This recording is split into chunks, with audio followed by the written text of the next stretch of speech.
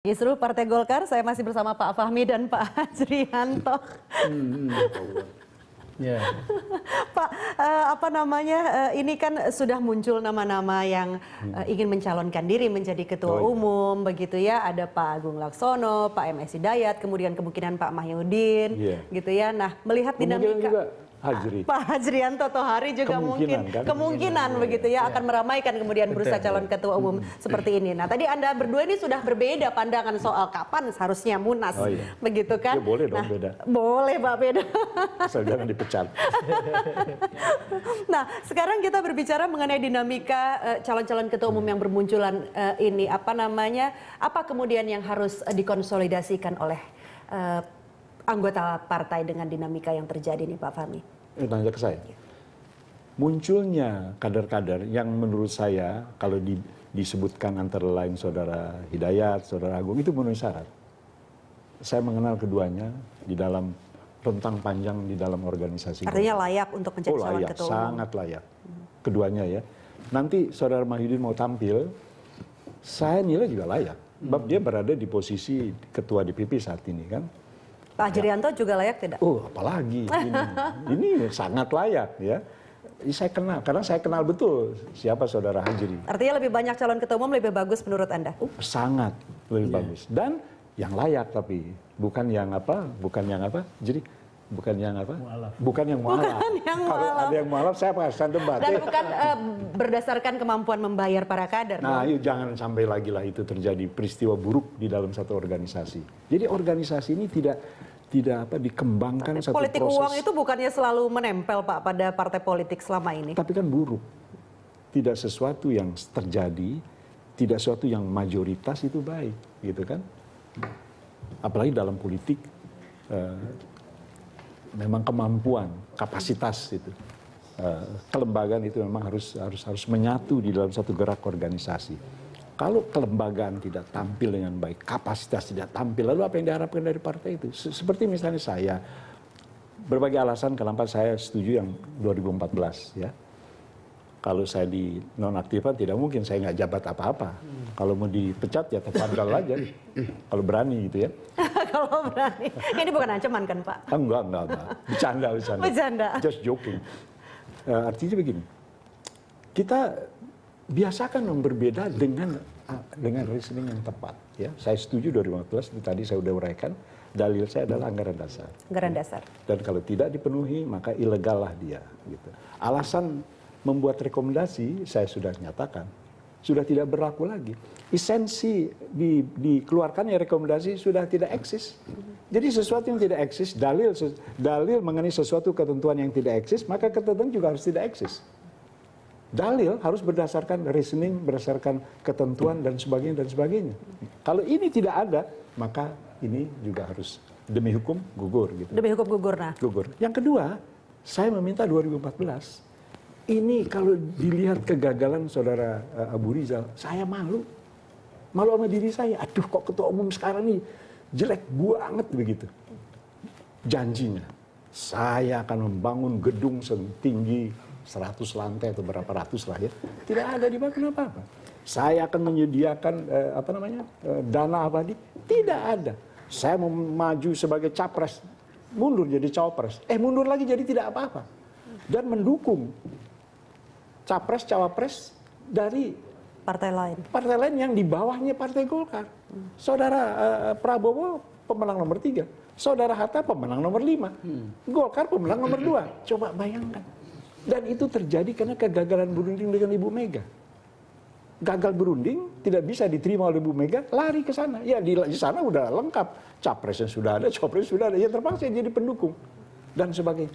Apa itu bukan kegagalan? Dan kegagalan itu adalah kegagalan karena ketidakmampuan berunding, meyakinkan dari segi politik ya. Padahal dari segi bisnis, Saudara Abu Rizal oke. Tapi dari segi politik, dia tidak mampu. Karena kebiasaan di dalam Partai Golkar itu, bayar-membayar. Di tempat Ibu Mega, mana mungkin Bu Mega dibayar? Nggak bisa lah. Tadi Pak Fahmi mengatakan ini kegagalan, begitu kan? Nah, kemudian kalau tidak melakukan Munas di 2014, artinya...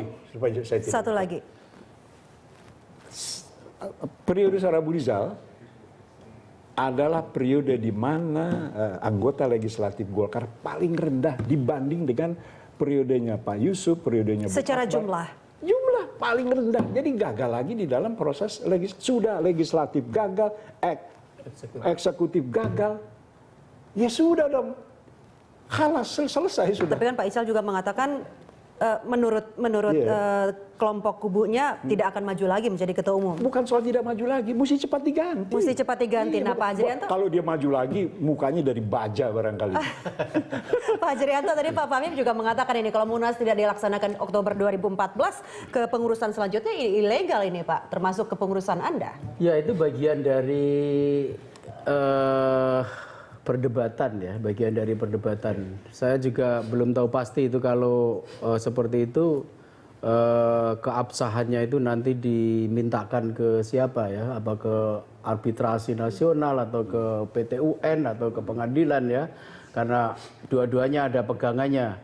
Tentu Munas itu kan forum atau instansi pengambilan keputusan yang tertinggi dalam partai. Tapi secara organisasi ADART itu konstitusinya partai gitu kan. Nah itu secara legal formal kemana perdebatannya saya rasa perlu masih dicari. Kalau belum seperti ini ya terjadi kuat-kuatan kan. Terjadi kuat-kuatan. Pendekatannya kekuasaan, kuat-kuatan. Tadi seperti Bang Fahmi sampaikan, siapa pemilik suara, siapa tidak, akhirnya nah, kan ini kuat-kuatan menurut Anda ini kuat-kuatan apa nih? Kuat-kuatan pendukung, kuat-kuatan kubu atau kuat-kuatan dana ini? Kalau posisi yang kita maksudkan itu adalah legal formal, bukan ini hakikat sebuah partai politik itu punya bersama, punya banyak orang, tapi kalau pendekatannya legal formal, akhirnya kan pendekatannya kekuasaan. Kalau sudah pendekatannya legal formal dan kekuasaan, maka siapa punya suara? Gitu siapa kan. punya suara? Artinya pengurus yang saat ini lebih kuat. Enggak, di dalam Golkar itu tinggal forumnya. Kalau namanya Rapimnas, yang punya suara itu 1 DPP Golkar, 35 DPD tingkat 1 provinsi. Ditambah dengan ormas-ormas.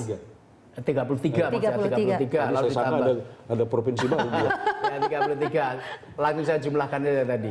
Lalu ormas-ormas pendiri dan yang didirikan kira-kira 40 sekian. Nah, kalau forumnya itu Munas, nanti yang punya suara siapa? DPD 1, lalu DPD 2 dan ormas-ormas.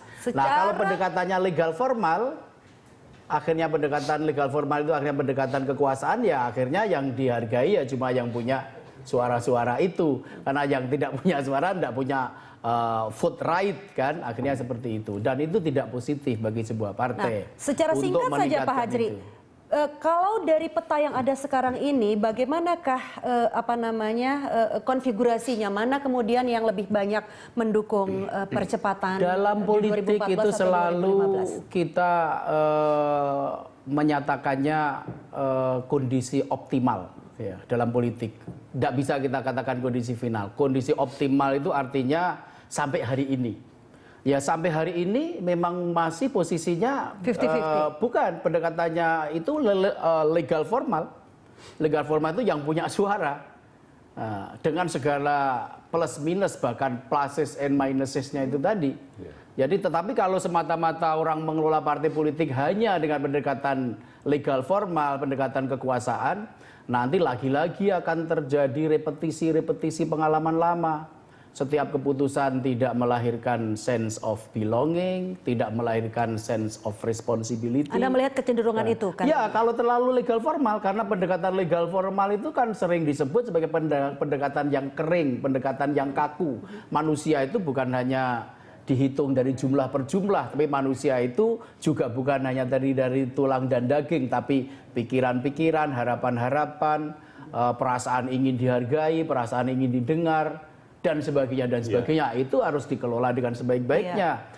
Maka dari itu pendekatan yang terlalu legal formal itu banyak minusnya. Tetapi pendekatan yang sama sekali mengabaikan legal formal itu juga anarkis. Bisa dibayangkan kalau ketentuan-ketentuan legal formal pemilik suara tidak lagi dijanjiin, tidak lagi dipegang, nanti kalau Rapim, kalau Munas, semua orang bisa memberikan suara. Itu juga tidak mungkin kan. Nah, ini maka dari itu ada seninya berarti seninya, ya. dan saya yang tahu betul tentang seninya itu.